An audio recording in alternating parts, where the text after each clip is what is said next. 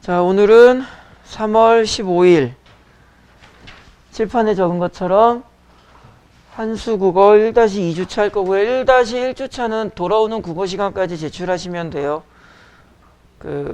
많이 없을 거야. 금방 할 거고요. 한수 국어 1-2주차 교재는 이제 비문학 똑같이 인문 쪽 지문, 철학 지문이랑 좀 이런 거 있고요. 그 다음에 소설이 좀 많이 들어있어. 우리가 1-1주차는 소리 들어가나? 1-1주차는 이제 현대시가 있었다면 1-2주차는 소설이 좀 들어가 있어서 생각해보니까 우리가 또 비현계 소설 읽어본 지가 좀 오래돼서 오늘은 비문학 지문 마찬가지로 2지문, 그 다음에 현대소설 2작품 정도를 해볼 건데 학생들마다 편차가 있어서 표현하기가 조심스럽긴 한데 수업 준비를 하는 선생님 입장에서는 좀 쉬워가지고 이제 어제 강의를 진행했는데 덕분에 어제 강의 진행이 좀 꼬였어. 그러니까 나는 쉽다고 생각을 해서 후두두 했는데 이제 수업을 듣는 학생들 입장에서는 그렇게 만만치는 않았었나 봐. 그래서 이제 가르치는 사람이 학생들이 느끼는 체감 난이도에 좀 박자를 맞추면서 진행을 했어야 되는데 그래서 내가 박자를 못 맞춰가지고 어제 수업이 좀 꼬였었어. 편차가 좀 있죠. 근데 몇몇 학생들은 쉽다 그러고 예를 들어서 찬영아 간슬개가 쉬워 이게 쉬워? 이게 편차가 있는 거야 이렇게. 간슬개가 더 쉬워? 난 수업 준비할 때 간슬개 하다가 이거 하잖아. 야, 이 정도면 딱 좋다. 그 생각이 되게 많이 들거든. 유나야 간슬개가 쉬워 한수가 쉬워? 간슬개가 더 쉬웠니? 문제량은 이게 더 적어요. 시즌 3 가면 얘네가 훨씬 많긴 한데 이 시즌 1이잖아. 니네 간슬개로 다시 바꿀래? 그건 또 싫어? 뭘 해도 싫어 그냥? 어차피 싫은데 네 맘대로 해라. 개인적으로 난 이게 더 좋던데? 모르죠. 이제 좀 더 지켜보고 파이널 갈 때는 그냥 또 간슬개로 바꿀지도 모르고 그냥 꼭 우리가 간슬개를 해야 되고 한수국어를 해야 되고 하는 건 아니니까 분위기에 맞춰서 이것도 해보고 저것도 해보고 하면 되지. 여러분들이 진심으로 열심히 공부한다라는 내가 신뢰만 있으면 주교재를 이거 하고 과제물 교재를 간슬개를 사서 줄 의향도 있어. 근데 내가 2천만 원 넘게 2,500만 원 돈을 더 쓰면 되거든. 1년 기준으로 쓴다니까. 여러분들이 원하시면 해드릴 수가 있어. 근데 누가 봐도 돈 낭비일 것 같지. 그래서 그냥 둘 중에 하나를 선택하는 거고요. 여러분들이 이제 잘 회의를 해보세요. 그래서 우리는 할 수 있습니다. 그럼 내가 1년에 소나타 한 대씩 그냥 부셔버리면 되니까 사드릴게 진짜로. 근데 이제 주황색 우리 오렌지 교재도 이제 시작하고 계실 텐데 우리 아까 수연이 열심히 채점하고 있던데 바람직한 아이. 수연아 너 3월 모의고사 3등급 초 2등급 끄트머리 나오면 내가 저 애슐리 쿠폰 줄게 5만원짜리. 그렇다고 지금 재작년에 있었던 그 녀석처럼 영수를 버린다 이러고 내가 걔한테 그랬거든. 너 국어 몇 등급 나오면 내가 이제 애슐리 쿠폰 줄게 했더만 한 달 가까이를 영수를 하나도 안 하고 심지어 영수학원을 빠지면서 국어만 했어. 하루에 5시간 6시간씩 국어만 했대. 그러니까 얘가 5등급 나오던데 엄청 많이 했으니까 성적이 되게 잘 나왔겠지. 재수했어요? 아니 그럼 어떻게 해. 선생님 입장이야. 너희들이 국어를 정말 많이 공부하고 국어 성적이 잘 나오면 나야 좋은데 내 입장이지. 성적의 밸런스가 되게 중요하지. 작년도에 수학을 되게 잘하는 친구가 있었어.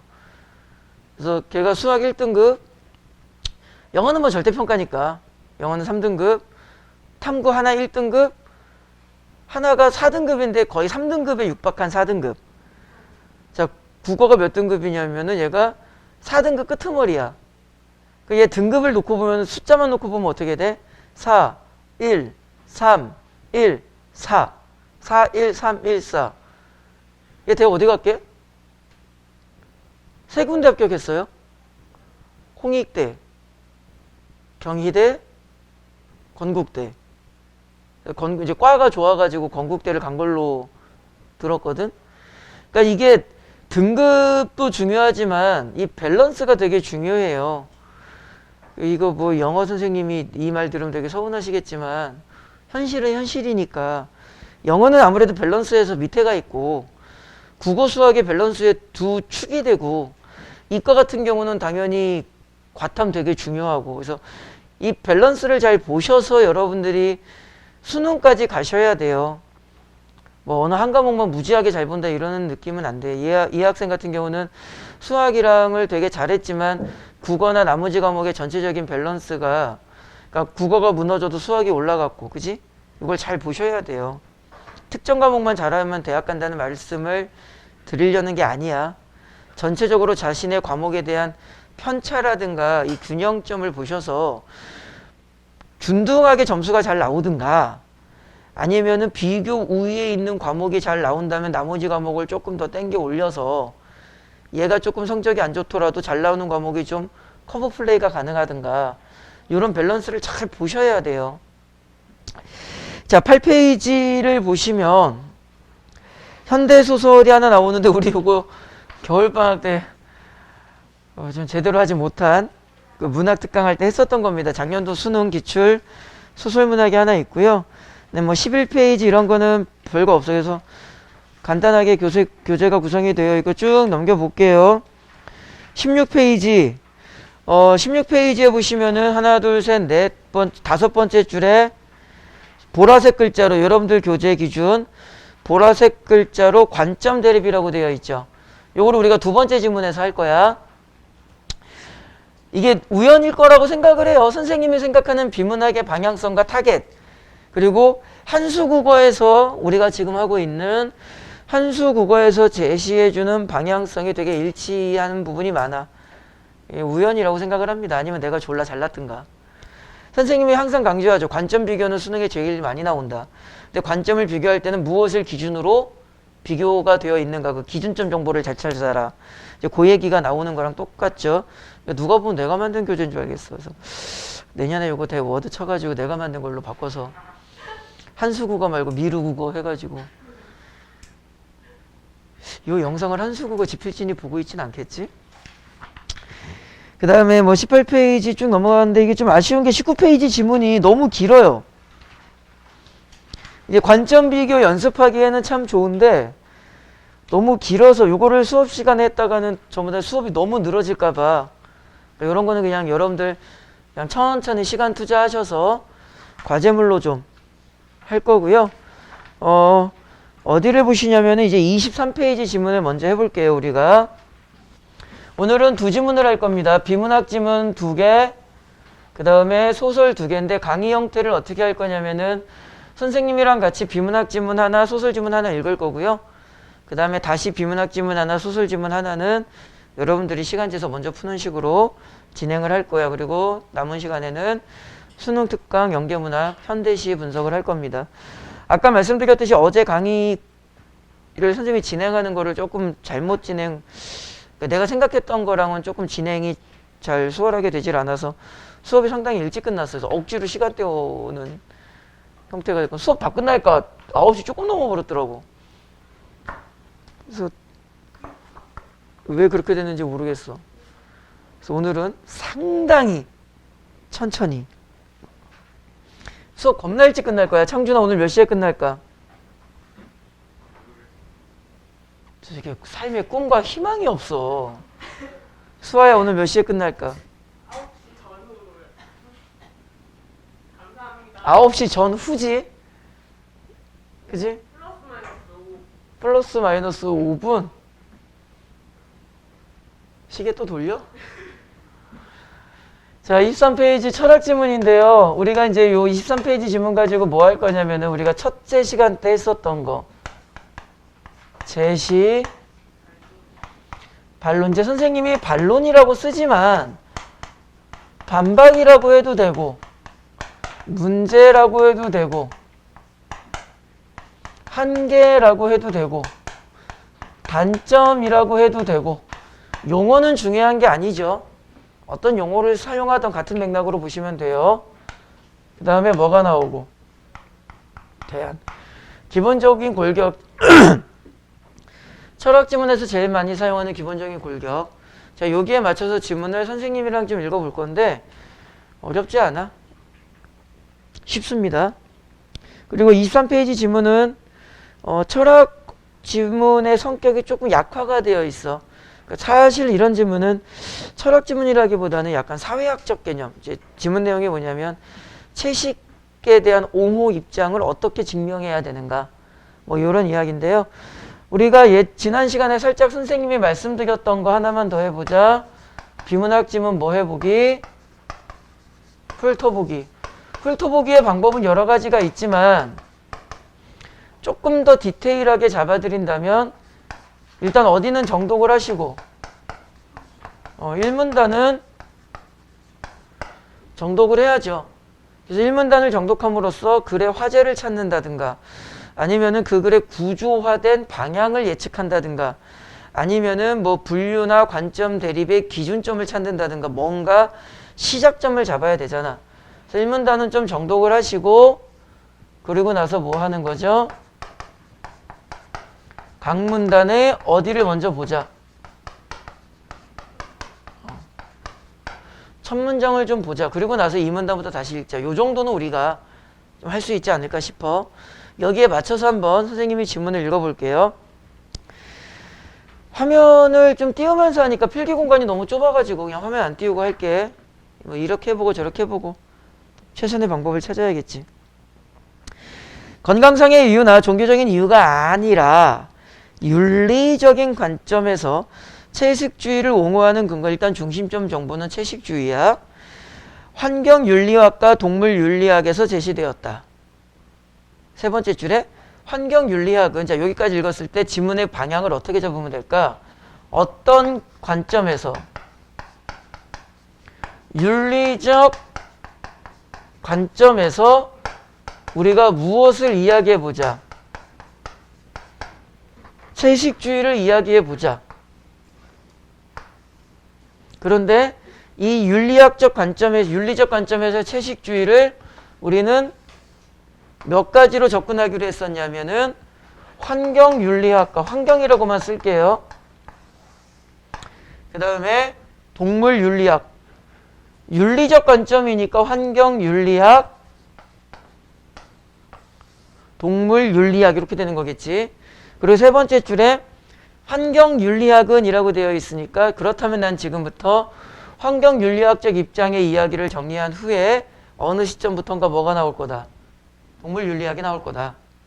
그 구분을 좀 염두하고 읽자. 환경윤리학은 인간중심주의가 환경 파괴의 원인이라고 생각하기 때문에 도덕적으로 대우받을 수 있는 대상의 집합인 뭐뭐인 뭐. 그럼 핵심 단어는 요 뒤에 오는 거죠. 그럼 핵심 단어를 먼저 정리해 보면은 환경윤리학은 무엇을 비판하고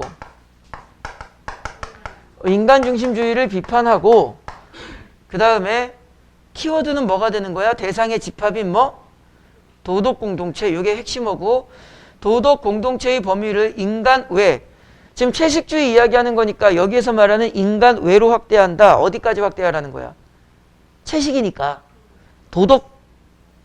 도덕공동체를 어디까지 확대해야 된다? 동물까지 확대해야 될 거 아니야. 채식과 육식은 생각할 수 있잖아 우리가. 그 아랫문장 따라서 도덕공동체 동물을 수용하는 방안이 논의되고 이는 자연스럽게 채식주의에 대한 논의로 이어진다. 인간중심주의를 비판하고 동물을 어디에 포함시키고 도덕 공동체에 뭐 시켜라? 포함시켜라. 그러니까 동물도 도덕적인 존재다. 함부로 잡아먹으면 된다 안 된다? 안 된다. 자연스럽게 채식주의로 넘어간다. 쉽잖아. 이는 자연스럽게 채식주의에 대한 논의로 이어진다. 그런데 집중도가 높아져야겠다.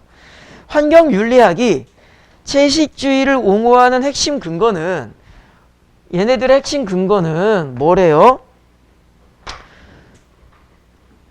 공장식 축산업을 개선해야만 산림 파괴와 같은 환경 문제를 해결할 수 있다는 데 했다. 얘가 공장식 축산업을 뭐 해야 된다? 개선해야 된다. 그래서 무엇을 해결해야 되라? 해결해라. 산림과 환경 문제를 뭐 해라? 해결해라. 이렇게 된 거죠. 그럼 잘 봐. 채식주의 환경윤리론자들이 무엇을 개선해라? 축산업을 개선해라. 그래야지 이게 해결된다. 이렇게 되어 있죠. 그 축산업을 개선한다라는 말은 뭐를 잘 기르라는 거야. 이 지문 안의 범주에서 벗어나지 말고 동물을 잘 기르라는 거지. 그러면 축산업을 개선하면 동물을 잘 길러라. 축산업의 목적이 뭐야? 육식이잖아. 그러니까 얘네들 논리대로 하면은 채식주의가 되는 게 아니라 뭐가 돼버려? 육식이 돼버리는 거야. 지문 읽어볼까? 따라서 해당 문제의 해결이 가능한 경우 환경윤리학은 채식주의를 옹호해야 할 명분을 이룰 수 있다. 이렇게 돼버리면은 헉. 그럼 뭐를 하라는 거야? 육식이 돼버리는 거지. 우리가 배웠던 대로 연습을 해보면 어떻게 되는 거야? 얘가 뭐가 되는 거고 제시가 되는 거고 얘가 뭐가 되는 거야? 한계라고 하면 되겠지. 뭐 용어는 아무렇게나 자기가 편안하게 선택하면 되지. 그죠? 자, 한계가 나왔다라는 말은 아까 제시한 두 개에서 이제 그 다음으로 넘어가는 거죠. 자, 일단 이렇게 1문단을 읽고 여기까지 한 거야, 우리가. 아, 이 글은 채식주의의 옹호에 대한 이야기인데 1문단을 읽으니까 대충 이런 느낌이 됐어. 자, 그러면 2문단의 첫 문장. 동물윤리학은 동물의 입장에서 채식주의를 옹호한다. 여기까지만. 그 다음에 3문단. 동물 해방론의 문제는 동물윤리학에서 동물 해방론으로 넘어오나 봐. 근데 3문단은 문제점을 이야기할 거야. 4문단. 채식주의를 적극적으로 옹호하려면 육식 자체가 옳지 않다는 논리가 필요하다. 2, 3문단에서 동물 이야기 하는데 그럼 여기에도 지문이 어떻게 된다는 거야? 이거에 대한 구체적인 정보 제시가 있다는 거죠. 그리고 나서 3문단의 첫 문장에 느낌이 오죠. 얘도 뭐가 나오겠다. 한계가 나오겠다. 그러니까 4문단에서 뭐가 나오겠다. 해결, 대안이 나오겠다. 이렇게 되는 거지. 그리고 5문단, 오른쪽에 있는 5문단. 그러나 권리를 가지려면 의무도 수행할 수 있어야 되는데 두 번째 줄에 무엇이 제기되기도 한다? 반론. 그럼 요 대안에 뭐도 나오겠구나. 반론이 나오겠구나. 그래서 전체적으로 2, 3, 4, 5문단의 느낌. 2문단은 제시, 3문단은 한계, 4문단 대안, 5문단 반론. 자, 느낌을 잡았어. 그러면 이제 지문을 다시 읽어보는 거야. 지금 선생님이 여기에 맞춰서 1문단을 정독한 후에 2, 3, 4, 5문단의 첫 문장으로 대충 느낌을 살려봤어. 자, 그러면 2문단을 다시 읽자. 동물윤리학은 이제 아까 환경윤리학 이야기 했으니까 동물의 입장에서 채식주의를 옹호한다. 너무나 쉽죠. 동물윤리학이니까 동물의 입장이겠죠. 싱어는 자, 학자 사람 이름입니다. 가수 아니야? 싱어는 공리주의에 기반을 둔 동물윤리학인 동물해방론. 자, 동물 싱어 핵심어 무슨 주의? 공리주의. 그리고 나서 무슨 론? 동물해방론. 이 지문의 출발점을 잘 기억하셔야 돼요. 채식주의야. 그러니까 당연히 무슨 론? 동물을 뭐 해라? 해방시켜라. 그죠? 그 다음에 세 번째 줄. 자, 공리주의 설명을 살짝 붙여줬죠? 근데 우리 사실 공리주의 정도는 알잖아. 이거 여러분들 뭐 아무리 저는 이과인데요 그러지 않더라도 이건 알죠? 유나야, 공리주의란? 보통 대답이 나오는데? 영준아, 공리주의는? 요 정도는 나오는데? 괜찮아, 유나야. 너 이과잖아. 문과야? 나는 너 언니랑 너랑 너무 헷갈려. 너무 똑같이 생겨가지고. 언니가 생명, 제 언니 본 적 없지? 유나 언니 본 적 없지, 수아야? 유나 마스크 딱 내리면 지 언니 얼굴 나와. 똑같이 생겼어. 아, 나 저 윤아 아버님한테 뭐 여쭤볼 거 있는데. 윤석열이 이제 정권 잡을 거니까 그 펀드나 주식에다가 좀 투자해 볼까 하는데 아버님이 그 금융 쪽 근무하시잖아. 좋은 상품 있으면. 자.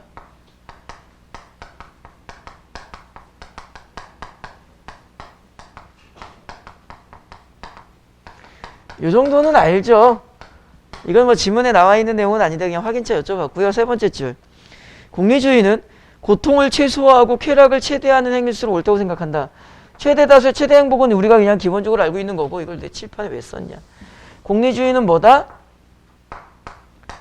고통을 뭐하고? 최소화하고 무엇을 극대화시킨다? 쾌락을 극대화시킨다. 싱어는 동물도 인간처럼 쾌락과 고통을 느끼는 능력인 쾌고 감수 능력을 지니므로 공리주의의 원칙 대상이 된다. 동물해방론이라는 말을 간단하게 말하면 동물도 쾌락과 고통의 느낌, 감수성, 감수 능력이 있으니까 따라서 어디에 적용해라? 공리주의에 무엇이 된다? 대상이 된다 이 말이지. 그러니까 동물이라고 함부로 고통을 가하면 된다 안 된다? 안 된다. 그럼 고통의 양이 너무 늘어나니까 공리주의 입장에서는 안 좋은 거다 이렇게 된 거야. 따라서 인간의 쾌락만을 고려하는 육식관행에 반대하며 동물의 사육과 도살 과정에 따르는 고통도 함께 헤아려 이를 최소화할 것을 요구한다. 뒷문장은 쉽죠? 너 이 정도 이해되지. 사실 이것도 이해가 안 된다는 거는 이게 말이 안 되지. 그 다음에 3문단. 동물 해방론의 문제는 좋았어. 우리는 이제 아까처럼 읽어버리면 얘가 뭐가 되는 거고. 그렇지. 제시가 되는 거고. 이제 요거 칠판 좀 지울게요. 요만큼. 제시가 되는 거고 이제 뭐가 나와야 돼? 한계가 나오죠. 동물 해방론의 문제는 쾌고 감수 능력의 판정이 어렵다는 점이다. 자, 지문의 정보를 머릿속에서 어느 정도는 연결시켜야겠죠. 근거가 얘였단 말이야. 쾌고 감수 능력. 근데 한계가 뭐야? 쾌고라고만 쓸게요. 쾌고의 판단이 어떻다? 어렵다. 그러니까는 네 말대로 공리주의에 적용하기가 어떻다? 힘들다. 그러니까 동물해방론의 주장을 받아들이기도 어렵다. 싱어는 동물의 행위 방식 및 신경체계가 인간과 얼마나 유사한지를 그 기준으로 잡는다. 하지만 그 기준을 적용할 때 포유류는 고통을 느끼는 것이 확실해 보이나 갑각류나 연체류는 이를 확인하기 어렵다. 여기까지 읽은 게 뭐야? 쾌고의 판단이 뭐하다? 어렵다라는 말을 해준 거죠. 포유류는 좀 잘 되지만 갑각류나 연체동물은 판단하기 어렵다. 그러니까 동물을 전부 다 동물해방론 공리주의로 넣을 수는 없다. 이에 대해 싱어는 자, 그 뒷문장을 잘 보시면 이 부분에 대해서 얘가 이제 한계를 제시했죠. 이에 대해 싱어는 요 문장은 다시 누가 등장했어? 대안을 제시한 애가 한계점 정보 뒤에 다시 등장했지. 그럼 무조건 싱어는 뭐라고 이야기해? 100%. 몰랐어. 미안해. 그러겠니? 내가 틀렸나 봐. 그러겠어? 무조건 뭐가 나와? 재반박이 나오겠죠. 그지? 자, 재반박의 내용을 볼까요?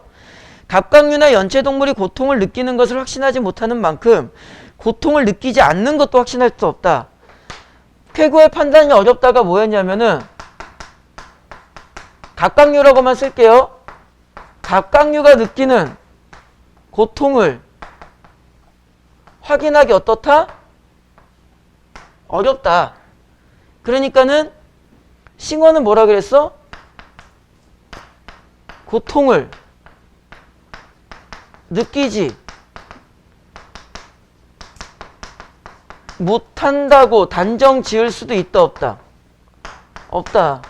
논리를 잘 보세요. 야, 아프면 안 돼. 아프면은 고통이 커져. 그러니까 뭐라 그런 거야? 갑각류가 그거 아파해? 그러니까 싱어가 뭐라 그런 거야?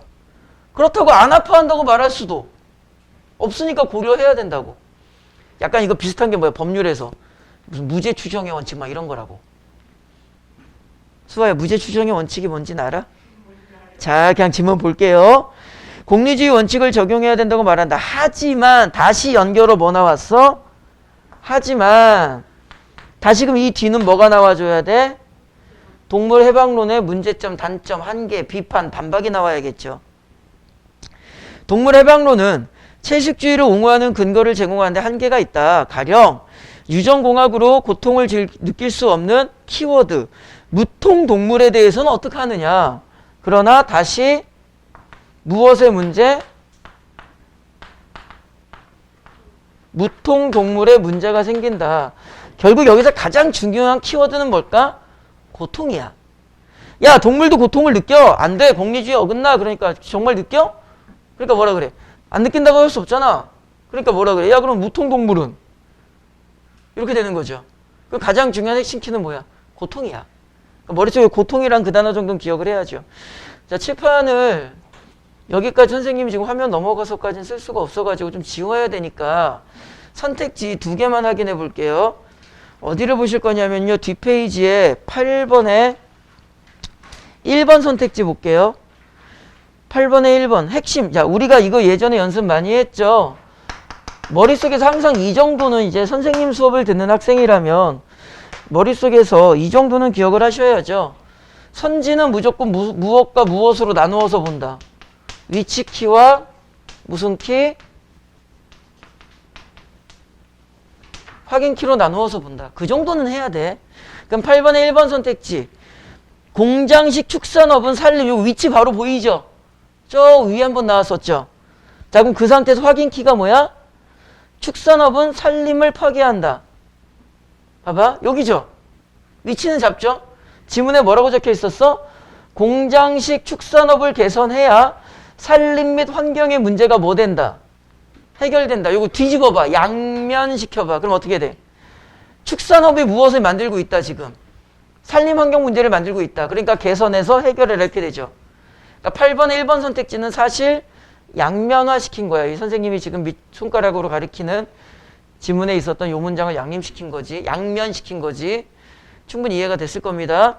그 다음에 하나 더. 학생들이 좀 많이 실수하는 선택지인데요. 8번에 4번. 이 8번 답이 4번인데 공리주의 위치죠. 위치 공리주의. 2, 3문단에 있었죠. 최대사수 최대행복. 핵심 키워드는 고통. 공리주의는 고통, 키워드 고통. 그 자체로 옳지 않다. 이게 뭐냐면은 질문을 먼저 해볼까? 수아야, 8번에 4번은 내용을 간단히 말하면 어떻게 돼?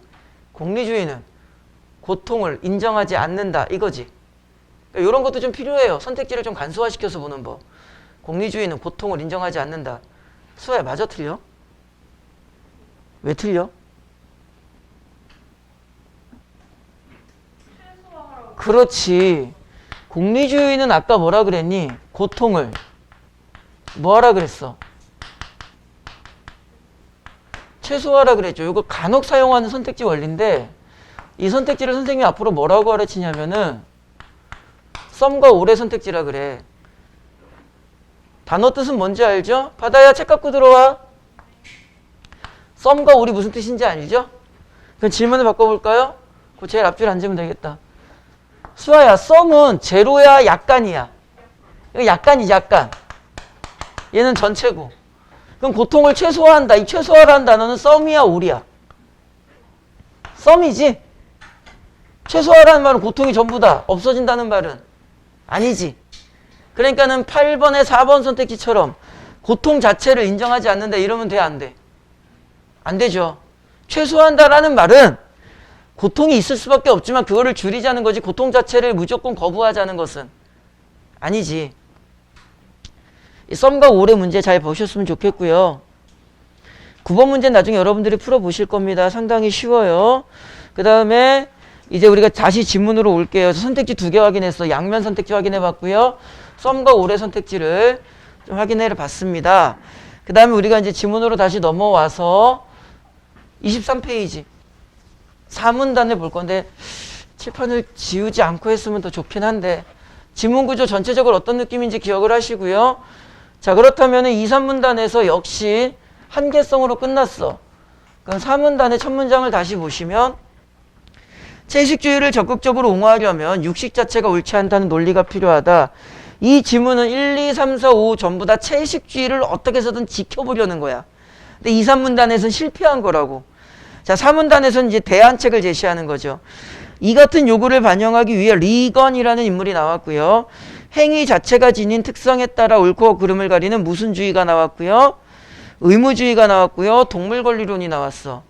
자, 3문단은 환경과 동물 해방론이 실패한 채식주의의 옹호를 지켜내고 싶은 대안이 나왔어. 핵심 단어는 누구를 내세워서? 리건을 내세워서 리건의 무슨주의? 의무주의. 이 의무주의로부터 넘겨지는 무슨 론? 동물 권리론. 이렇게 됐겠죠. 요거 되게 쉽죠? 아까 싱어는 동물 해방론. 동물을 뭐 하자? 해방시키자. 리건은 동물 권리론. 동물도 뭐가 있다. 뭐 그런 느낌이겠지. 의무주의를 대표하는 칸트에 따르면 이 새끼는 잊을만 하면 나와 아주 그냥. 이 새끼 그냥 살아서도 사람 괴롭히고 죽어서도 사람 괴롭히고 윤석열 같은. 아니지. 아니야. 나는 국민의힘을 지지합니다. 살아야지. 어느 날 지도세도 모르게 잡혀가면 어떡해. 나는.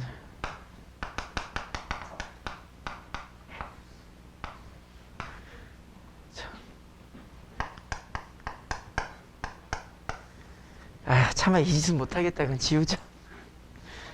마지막 남은 양심을 버릴 순 없다.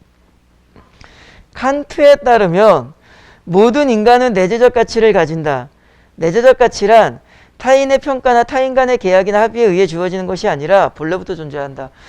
일단 칸트를 설명해서 의무주의를 좀 잡아주고 싶은가 봐. 보통 이럴 때 얘는 이제 무슨 정보가 되는 거야? 부연 정보가 되는 거죠.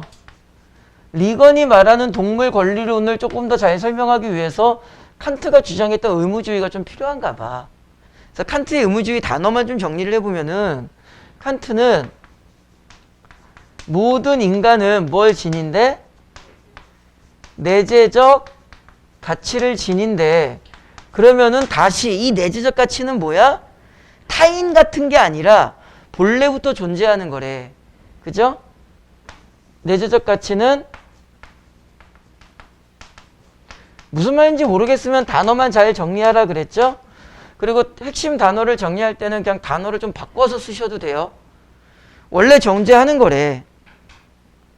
따라서 모든 인간은 평등하며 수단이 아닌 목적이래. 그래서 모든 인간은 뭐래? 평등하대. 수단이 되면 돼? 안 돼? 안 된대. 뭐가 되어야 된대? 목적이 되어야 된대. 무슨 말인지 모르겠지만 이렇게 되는데, 우리는 지문의 구조상 칸트가 이야기한 이 의무주의의 이 정보 단어들을 어디에 적용시킬 것 같아? 얘네들이 이제 생각을 해야지. 얘네들 어디에 적용시킬까? 그렇지. 그 정도 생각은 만들어내셔야 돼. 얘를 어디에 적용시키겠어? 동물에 적용시켜가지고 결론 정보도 알죠. 창준아! 졸지마! 고3 학생 하나가 부탁이 있대. 유튜브 보는데 깜짝깜짝 놀랐는데 소리 좀 치지 말래. 그 한 번은 놀래가지고 스터디 카페에서 스카이에서 이어폰 꽂고 듣다가 내가 야! 그래가지고 으아! 이래가지고 다 쳐다봤다고 자기. 창준에게 다 너 때문이야. 창준아! 졸지마! 내 진짜 알아보고 있어요. 카메라를 줬다가 하나 더 달려고. 그래서 그 유튜브 강의에다 이원 생중계 해가지고 이제 봐. 이제 좀 진짜로 내 농담이 아니라 알아보고 있어. 한 5, 600만 원 정도 하면은 설치할 수 있다고 그러더라고. 지금 돈이 문제가 아닌 것 같아. 혹시 아냐? 내가 이렇게 해가지고 막 내 유튜브 보는 애 중에 하나가 막 바다 남자친구 있지? 아직 안 헤어졌어? 이상하네. 왜 안 헤어지지? 딱 수아 남자친구 없잖아. 수아 딱 보고 어머 내 스타일이야 이러고 막 댓글 달릴지 어떻게 알아. 괜찮아. 악플은 못 달아. 댓글을 달 수 없는 동영상이라서. 혹시 뭐 여자친구 남자친구 좀 원하면은 잠깐 올라오세요. 난 어차피 동영상 편집 못하니까 그대로 찍어서 넣어드립니다. 이제 아이스크림 받아 먹었어? 가는 길에 먹으려고? 야 생각해보니까 너는 남자친구한테 받았잖아. 헤어져. 유나야 받았어? 어제 화이트데이인데 좀 뭐 받은 거 있어? 나밖에 없지? 네 인생의 남자는 나밖에 없을 거야 이제. 야, 집에 가서 이상한 소리 하지 마. 자, 지문을 다시 보면은요. 리거는 칸트가 인간만이 갖는다고 보았던 내재적 가치를 어디에까지 확대해요? 이거 당연하게 지문이 이렇게 가야지. 이거 육식 반대해야 되니까. 그래서 동물까지 적용한다. 이렇게 된 거야. 아우 너무 쉬워. 이를 위해 리거는 뭐 네모도 치워져 있습니다. 중요한 단어라는 뜻이겠죠. 삶의 주체라는 개념을 상정하고 여기서 이렇게 넘어와가지고 핵심 단어가 뭐가 된 거야 이제. 삶의 주체. 이게 철학 지문은요. 다른 지문도 마찬가지지만 일단은 단어를 잘 잡아내는 연습을 하셔야 돼요. 여러분들 그 매일 국어 프로그램을 선생님이 계속 강조하는 이유가 자꾸 읽어보게 만들려는 거야. 자꾸 읽어서 핵심 단어를 잘 정리하는 게 베이스가 되면 수능 고사 보러 가셨을 때 바지에 똥 싸시더라도 3등급은 나와. 무조건 일단 그게 되어야 돼. 그래서 자기 학습력을 충족시키셔야죠. 선생님이랑 비문학 지문 읽으면 이렇게 오래 걸리는데 하셔야 돼. 여러분들 나중에 5월달 되면은 보통 1시간에 비문학 지문 3, 4지문씩 나가. 속도가 엄청 빨라요. 그러니까 지금 좀 잘 연습하시고 매일 국어 잘 하시고 빨강이 교재 좀 받아야. 했니? 그냥 불러봤어. 아이가 불렀다고. 왜 누가 안 했대? 수아야. 그냥 불렀다고. 아씨 분명히 안 했는데 누구? 아까 창준이랑은 얘기했고. 누가 안 했는데 좀 이따 확인해 봐야겠다.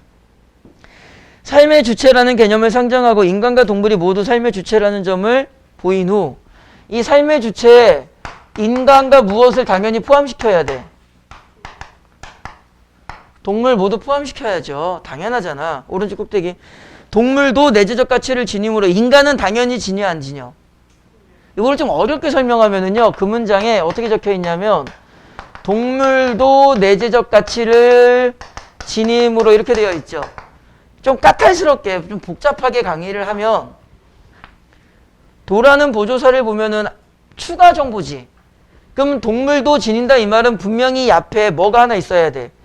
A가 지닌다 플러스 동물도 지닌다 이래야죠.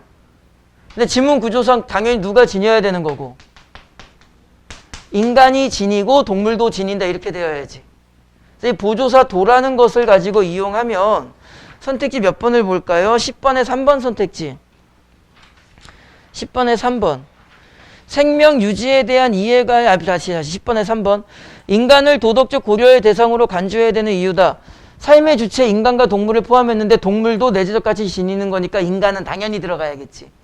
그래서 이렇게 해서 10번에 3번은 올바른 내용. 그러니까 이걸 좀 어렵게 설명하면 보조사 도의 쓰임을 좀 염두해라. 이렇게 가르치면 되는데 사실 뭐 이거 보조사 도의 쓰임 모르더라도 자연스럽게 받아들여졌을 겁니다. 그냥. 자, 다시 지문을 볼게요. 도덕적 고려의 대상이라고 주장한다. 리거는 동물도 인간과 동등한 삶의 주체라는 일종의 생존권에 주목한다. 어떤 단어가 보이죠? 생존권. 이렇게 된 거지. 그 다음에 그는 인간에게 생존권이 있는 이유를 인간이 생명을 유지하는 데 이해 관심을 가진다는 점을 찾는다. 이 생존권에 다시 연결된 단어가 뭐야? 이해 관계가 아니라 이해 관심. 그러니까 단어 연결만 잡으면 동물, 인간 전부 다 삶의 주체야. 그러니까 생존권을 가져. 그러니까 이해 관심이야. 이게 무슨 말인지 모르겠지만 인간과 동물이 전부 다 이 노란색 밑줄 단어에 포함되어야 된다는 말이잖아. 그죠? 그리고 동물도 생명 유지에 대한 이해 관심을 가진다는 점을 보임으로써 동물에게도 생존권이 있다고 본다. 됐죠? 자, 선택지 하나 확인할게요. 10번에 4번. 생명 유지에 대한 삶의 주체. 10번 문제를 잘 보세요. 삶의 주체를 이해한 내용으로 적절하지 않은 것은, 그럼 최소한 여기에서 여기까지의 단어 연결을 먼저 기준점으로 보면 되겠지. 근데 10번에 4번을 보시면 생명 유지에 대한 이해 관심이 없는 존재에게도 부여한다. 아니죠. 지금 전부 다 삶의 주체는 인간 동물이고 인간 동물은 생존권에 이해 관심이지. 요 범주를 벗어났어? 이해 관심이 없으면 요 범주 안에 들어와 못 들어와? 못 들어오죠? 그러니까 10번 문제 답이 몇 번이 되는 거야? 4번. 문제를 조금 단순화시키세요. 특히 문학 같은 거 하실 때. 자, 그러고 나서 마지막 문단. 그러나 대안이 나왔는데 5문단으로 넘어가니까 다시 연결어가 뭐가 나왔어? 그러나가 나왔으니까 대안에서 어디로 빠져나온 거야, 이제. 한계 또는 반론 또는 반박, 어떤 단어를 쓰던 상관이 없죠. 그러나 권리를 가지려면 의무도 수행할 수 있어야 하는데 동물에게는 의무 수행 능력이 없다는 반론이 제기되기도 한다. 반론. 그러나 동물은 의무 수행 능력이 있다 없다? 없다. 세 번째 줄. 이에 대해 다시 요 뒤에 뭐라고 시작했어? 이에 대해 이렇게 시작을 했죠. 그러니까는 요 뒤는 다시 뭐가 나오는 거야? 재반박이 나오겠죠. 원리학 방향과 흐름을 고려하는 거야. 동물 권리론자들은 가장자리 논증을 이용하여 대응한다. 자, 그렇다면은 얘가 뭐가 되는 거야? 야, 동물은 의무 수행이 없잖아. 이게 뭐가 된 거야? 반론이 된 거고, 이에 대해 무슨 논증? 가장자리 논증이 있고요. 이 가장자리 논증이 반론에 대한 뭐가 된 거야? 재반박이 된 거니까 동물 권리론이 주장하는 어떤 내용이겠지. 그죠? 이 논증은 정상성에서 크게 벗어난 인간인 가장자리 인간을 통해, 이 용어는 좀 알아두세요. 이해하기 쉬울 겁니다. 읽어볼게. 가장자리 인간을 통해 동물의 도덕적 지위를 높인다. 가령 앞의 반론에 대해, 앞의 반론이 뭐였어? 동물은 뭘 못한다? 의무 수행 능력이 없다. 그러니까 여기에서 따라서 동물은 얘가 무엇을 반론한 거야? 동물 권리론을 반론한 거잖아. 따라서 동물은 뭐가 없다? 권리가 있다 없다? 없다. 이렇게 된 거잖아, 사실. 의무 이행 능력이 없다는 이유로 권리를 부정한다면 어떤 의무도 이행할 수 없는 유아의 권리도 인정할 수 없는데 이를 받아들일 사람은 아무도 없다는 식으로 대응하는 것이다. 이게 무슨 말이냐면 가장자리 논증은 인간의 범주에서 가장 가장자리에 놓인, 그러니까 요 가장자리 선을 넘어가면은 좀 수업하기 편하게 뭐가 되는 거야? 비인간이 되는 거야. 그냥 이해하기 편하게 하면 가장자리 논증은 여기에 걸친 존재가 있는 거야. 일단 얘는 어디에 들어가긴 하는데, 인간의 범주에 들어가긴 하는데 삐딱했다가는 인간이 아니게 돼버려. 근데 여기서 가장 중요한 게 뭐야? 인간과 동물을 나눈 게 권리와 의무죠. 그런데 요 유아는 여기에 있는 거야. 유아는 무슨 의무와 권리가 있니 없니? 닥쳐. 얘가 태어나자마자 뭔가 의식적 사고를 해 못해? 못하죠. 그러면은 이제 유아 역시도 이 유아가 무슨 어디에 놓인? 인간의 가장자리에 놓인 유아인데 뭐 정신지체 장애 이런 것도 이제 여기에 넣는 거야. 그럼 얘네들도 일단 무엇? 권리와 의무의 개념이 있어 없어? 이제 막 태어나니까 무슨 권리 의무의 개념이 있니 없니? 없죠. 그럼 얘네들도 동물 취급받아야 돼? 말이 안 되지 않느냐. 그러니까는 이걸로만 반론을 제시하는 건 한계가 있다 이 말이야. 이해됐니? 그래서 밑에서 세 번째 줄. 동물 윤리학은 육식의 부당성을 밝힌과 동시에 채식주의가 왜 윤리적 명령으로 요구되는지에 대해서 논의를 이끌어내고 있다. 그냥 제시하고 끝난 거죠. 자, 지문 전체를 눈으로만 확인해봐. 1문단 채식주의에 대한 정보를 주고 환경윤리학적인 측면 1개. 2문단 동물윤리학적 측면 3문단 1개. 제시, 반론 또는 1개. 그 다음에 대안이 나오고 있죠. 그래서 마지막 4, 5문단에서 대안으로 동물권리론, 5문단에서는 1개 반론, 재반박. 됐니? 자, 이제 지문의 전체적인 구조를 제시, 반론, 대안 형태로 좀 보는 연습을 했고요. 10번 문제 답은 4번이고 11번은 1번인데 이거 쉬워요. 그냥 안 풀어도 넘어갈 수 있을 것 같아. 자, 이렇게 해서 이제 우리가 지난 시간에 이어서 전체적인 철학 지문의 흐름을 따라가는 형태를 연습을 해봤고, 칠판을 일부러 좀 최대한 깔끔하게 쓰려고 노력을 했어. 그 이유가 뭘까? 철학 지문은 특히 핵심 단어의 유기적인 연결고리만 잘 잡으셔도 돼요. 자, 그러면 이제 철학 지문 하나를 여러분들이 연습을 해볼 건데, 어디를 보실 거냐면은 53페이지를 볼 겁니다. 53페이지. 요거는 이제 지문 길이는 무난하고요. 오랜만에 우리가 동양 철학 지문을 한번 해볼 거야.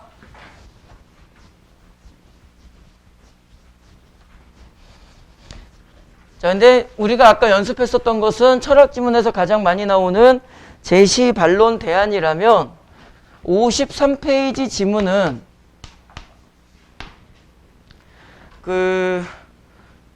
어디 안 나오는데 지문에 안 나오죠. 이건 관점 비교입니다. 관점 비교고요. 동양 철학을 오랜만에 해볼 거야. 사실 굳이 이번 올해 수능에서 철학 지문이 나온다면 동양이냐 서양이냐를 만약에 골라봐 이러면은 서양 철학이 나올 가능성보단 동양이 많죠. 작년도 해겔의 변증법이 나왔기 때문에. 자, 우리가 연습할 거야. 어디 연습할 거냐면은, 수아야, 관점 비교는 일종의 뭐라 그랬어?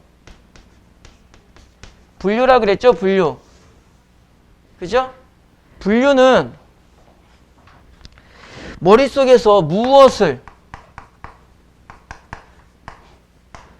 무엇으로, 다시 말하면 분류의 무엇을, 대상을, 얘를 우리가 다른 말로 뭐라고 해주는 거야? 또는 분류의 미안하다. 분류의 대상을 무엇으로 나누었는가? 얘가 뭐야? 종류와 뭐가 돼? 기준점이 되는 거죠. 그리고 나서 이 분류된 대상의 어떤 정보, 구체화 정보를 찾는데 계속 우리가 연습을 하는 게 뭐 위주로?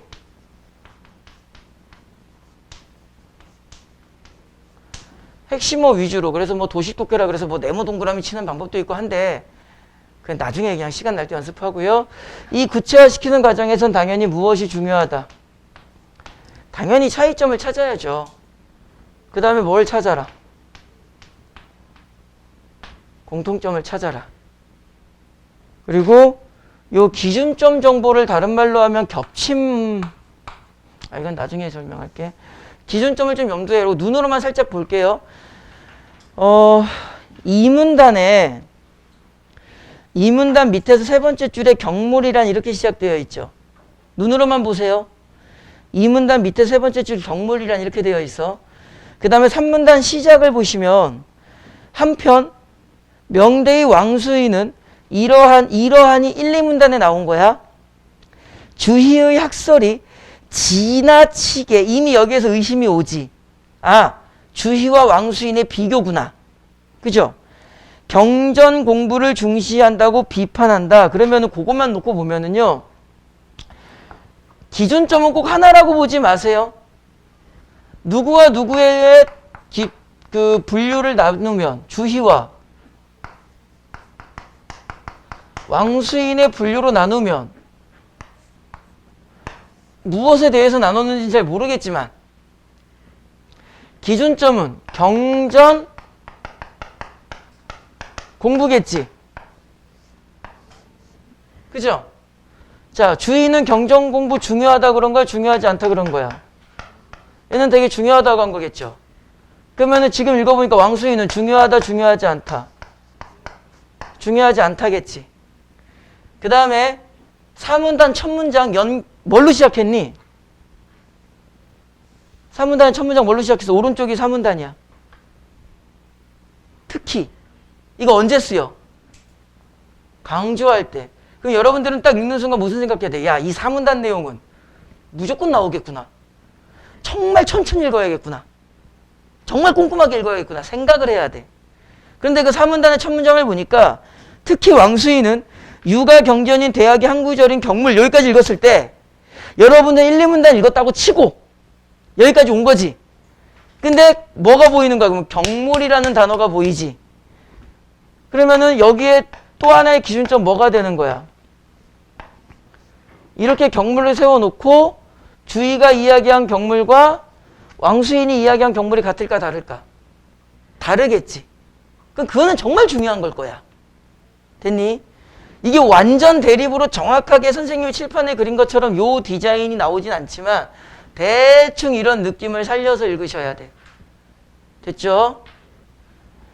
자, 나머지는 이제 여러분들이 읽고 문제를 먼저 풀어볼 건데 이거 지문 생각보다 어렵지 않고요. 어디에만 집중할 거냐면은 핵심어 위주로 공통차이인데 이거 지문 읽으시면 공통점 거의 안 나와요. 다 차이점입니다. 핵심어 위주로 차이점, 키워드 이런 느낌으로 정리하는 걸 연습을 해볼 거야. 관점 비교는 수능에 제일 많이 나오는 지문 유형. 그 다음에 이렇게 연습을 하는 이유가 분류형 지문을 읽으실 때 여러분들이 무턱대고 읽다 보면은 가장 중요한 기준점을 놓치는 경우가 상당히 많아서 그 부분을 좀 막아보려는 거야. 알겠죠? 자, 지문은 상당히 쉽기 때문에 한 7분 정도면은 충분히 할 수 있을 거라고 보고요. 문제도 5, 6, 7, 8 4문제밖에 없어요. 5번 문제 하나만 확인해 봅시다. 수연아, 5번 문제는 언제 풀라 그랬지? 이거 지난 시간에 말씀드렸죠? 언제 풀라 그랬지? 제일 마지막에 지문 전체를 포괄하는 형태를 유지하면서 자, 7분 정도 재고 한번 해볼게요. 시작.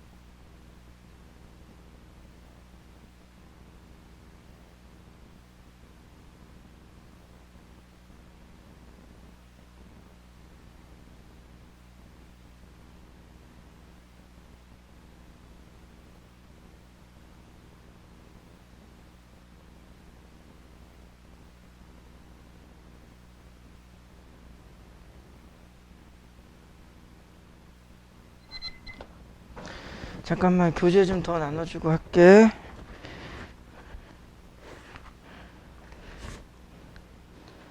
창준이 누구 거지 이거?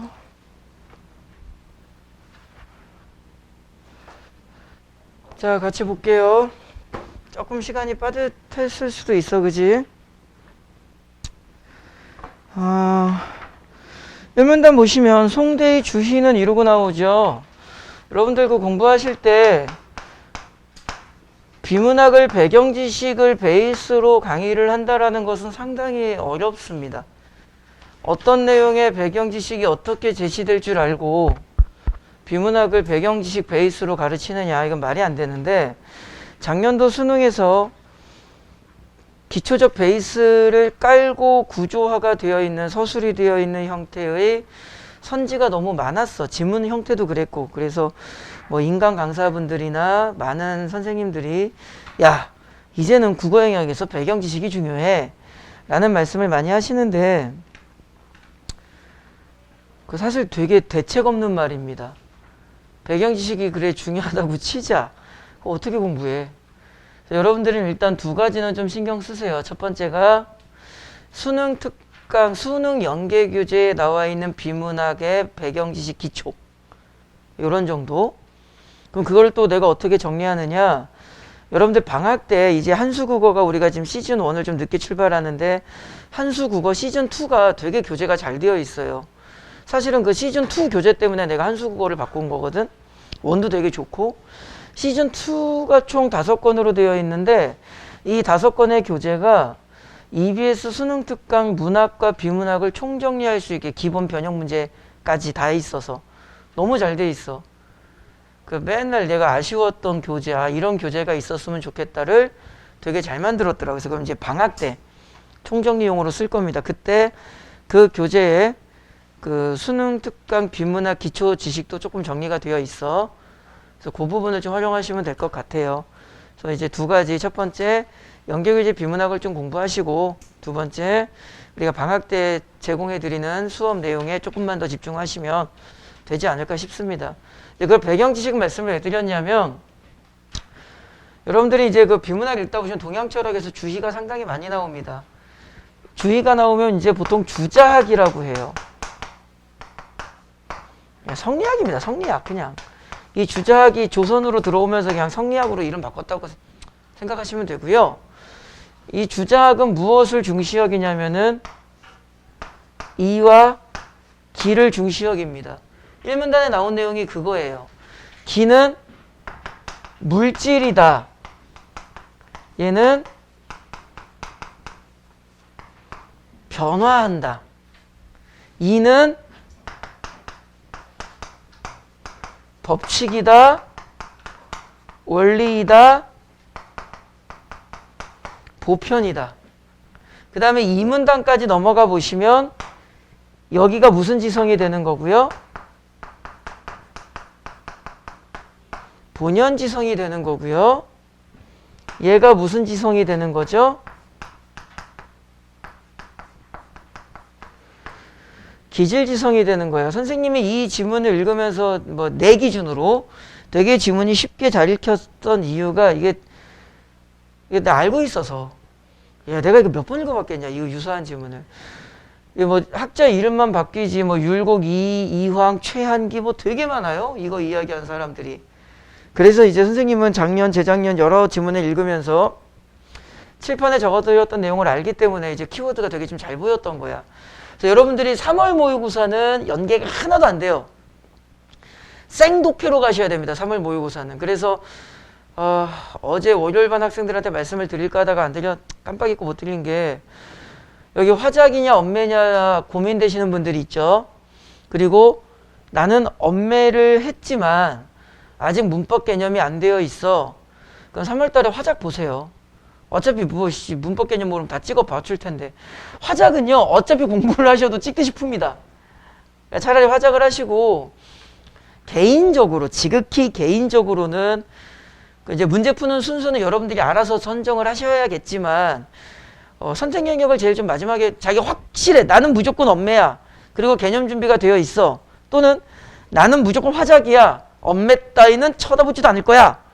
이게 딱 되신 분들은 그냥 아무렇게나 문제를 푸셔도 되는데, 엄매를 할 거지만 개념이 안 되어 있다든가, 또는 뭐 화작이냐 엄매냐 고민이 되시는 분들은 일단은 문학과 비문학을 먼저 푸시고 선택을 나중에 푸세요. 그래서 문학과 비문학의 시간 투자와 정답률을 보고 우리가 남은 기간 무엇을 어떻게 준비하는가를 선생님이랑 좀 고민해 보면 돼.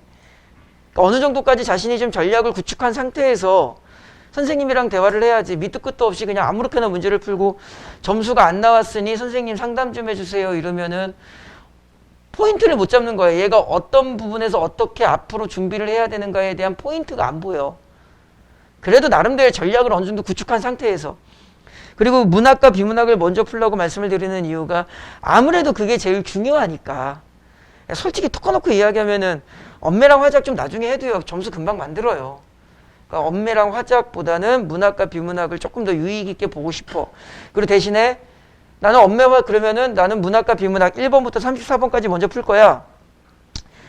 시간을 보셔야 돼요. 이거를 풀었는데 내가 뭐 80분 동안 이것만 풀었다. 이건 문제가 있겠지. 그죠? 시간을 얼만큼 투자했는지. 굳이 욕심을 부리면 문학에 몇 분, 문학을 뭐 현대시 몇 분 이렇게까지는 바라지 않아. 문학 전체적으로 몇 분 투자, 비문학 전체적으로 몇 분 투자. 요 정도까지만 좀 이렇게 시계 보시면서 체크하셔가지고 시험지 가지고 오시면 이제 선생님이랑 좀 상담이 좀 더 포인트가 잘 잡혀. 원하시면 다 상담해드려. 뭐 밤 11시, 12시까지 다 상담해드릴 테니까 그때 오진 말고. 말이 그렇다는 거지. 또 막상 오면은 등등등등등등 그렇게 하면 이제 나중에 영상 보면 나 혼자 춤추는 게 돼. 아우 씨. 꼭 좀 선생님 방금 드린 말씀 좀 기억을 하셨으면 좋겠고요. 다시. 그리고 얘는 이제 보편이고 얘는 이제 뭐가 되는 거야? 개별이 되죠. 자, 여러분들이 1문단, 2문단 읽었을 때 하나 더.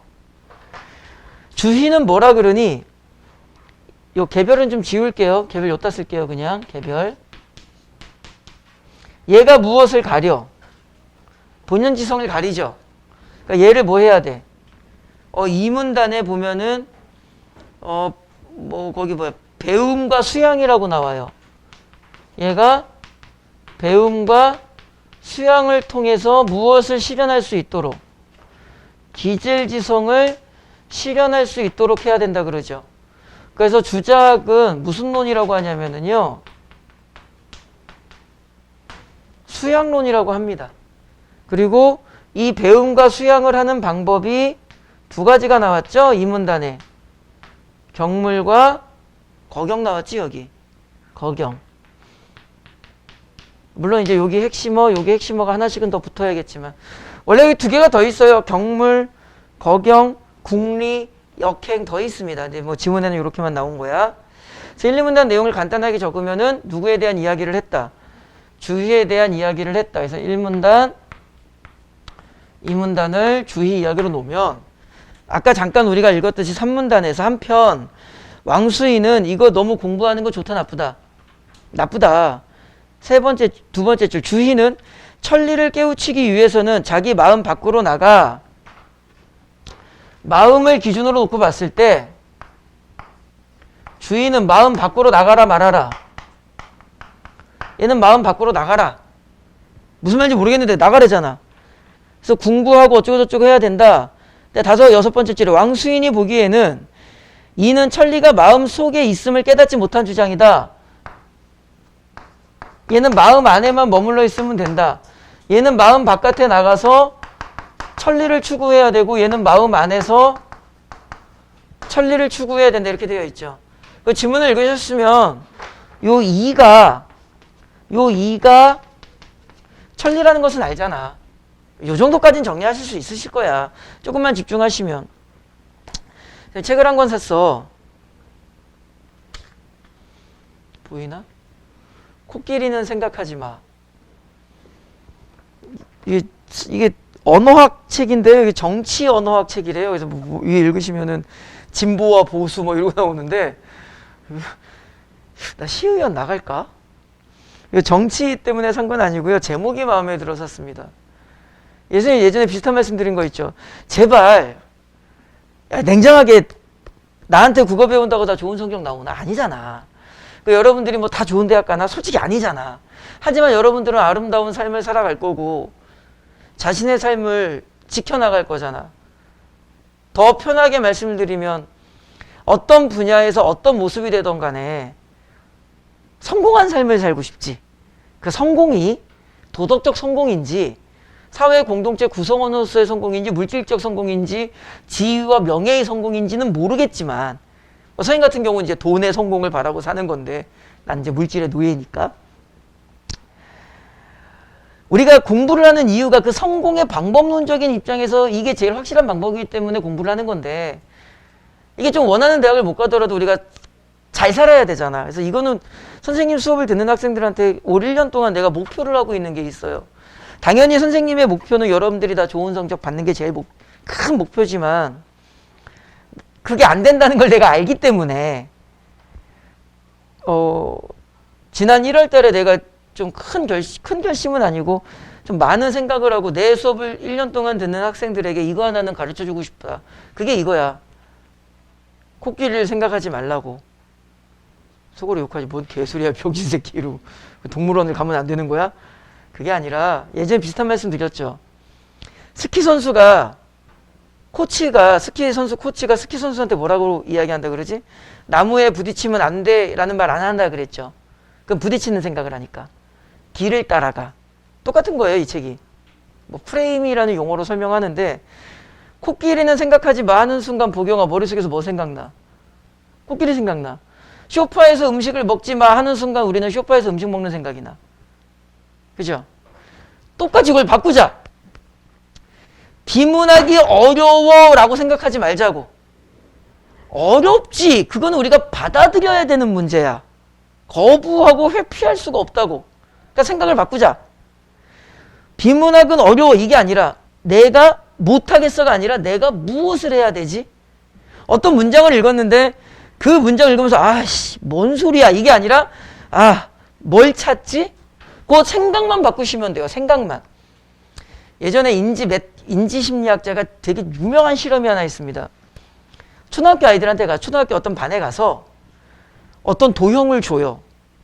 많은 도형물을 주고 자, 이 중에서 5개 골라라. 그 도형이 뭐 네모, 세모, 동그라미 막 이런 거야. 5개 골라라. 애들이 막 5개를 골라.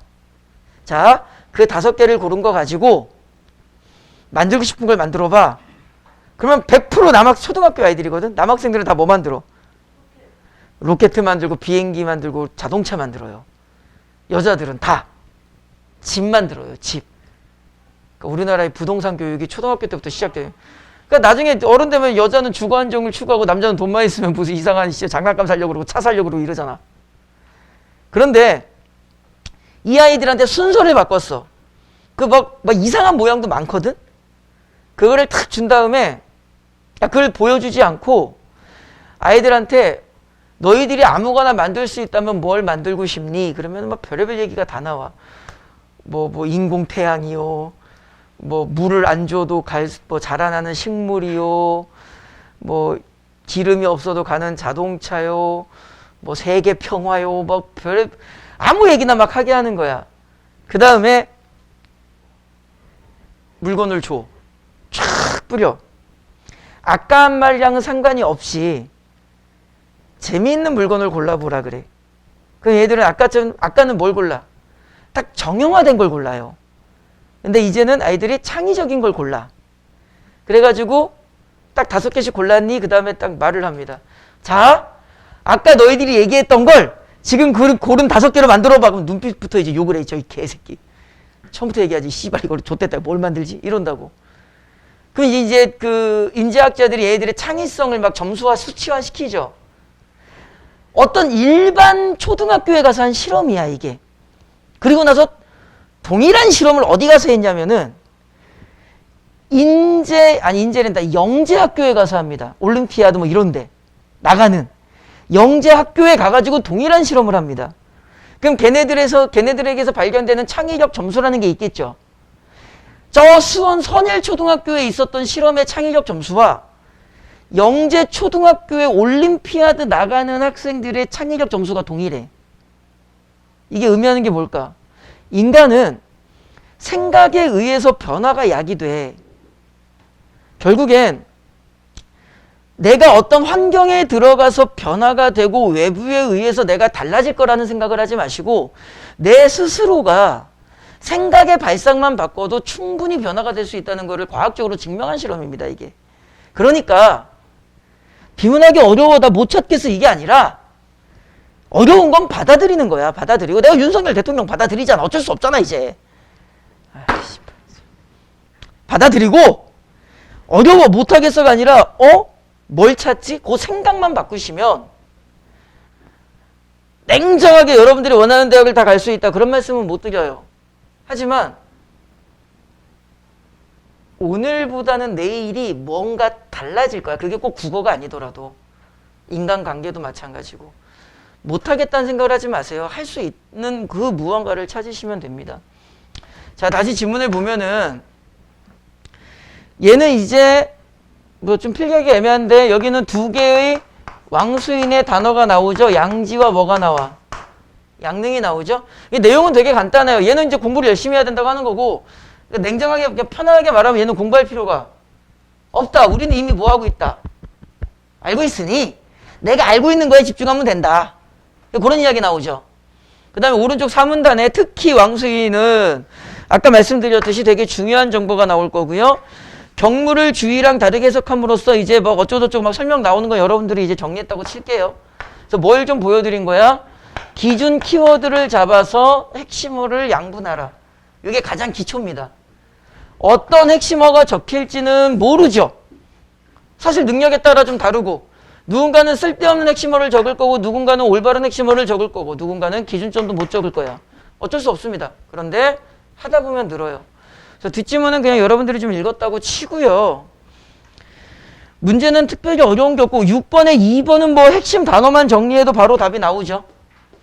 그죠? 6번에 2번 이건 설명하면 될 것 같고 7번에 5번 주의는 인간이 본연지성을 온전히 실현하기 위해서는 니은을 통해 입치를 통과한다. 그죠? 니은이 뭐였어? 니은이 경물이잖아. 경물이 배움과 수양이었고 배움과 수양을 통해 본연지성 저게 인물 이치잖아. 핵심어 연결고리. 그죠? 5번의 답은 4번이고요. 8번 문제는 선택지만 잠깐 볼 건데 두 번째 줄 5번 선택지의 두 번째 줄 인간은 이미 천리를 알고 있으므로 여기까지는 왕수인의 주장이 맞죠. 우린 알고 있다. 그런데 인욕에 휘둘릴 가능성이 없다. 이건 틀려요. 마지막 문단에 보시면은 왕수인도 인간이 어디에 빠진다 그래? 집착에 빠진다고 하죠.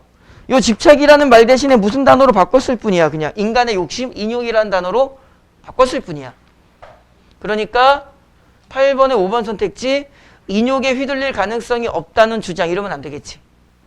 결국엔 일치성 문제. 됐니? 그래서 이건 이제 여러분들이 이렇게 좀 나눠보시고 연습하는 거. 그리고 일단 당분간은 계속 지문의 기본적인 접근의 원리를 좀 신경을 쓰시면서 독해 연습을 하셨으면 좋겠고요.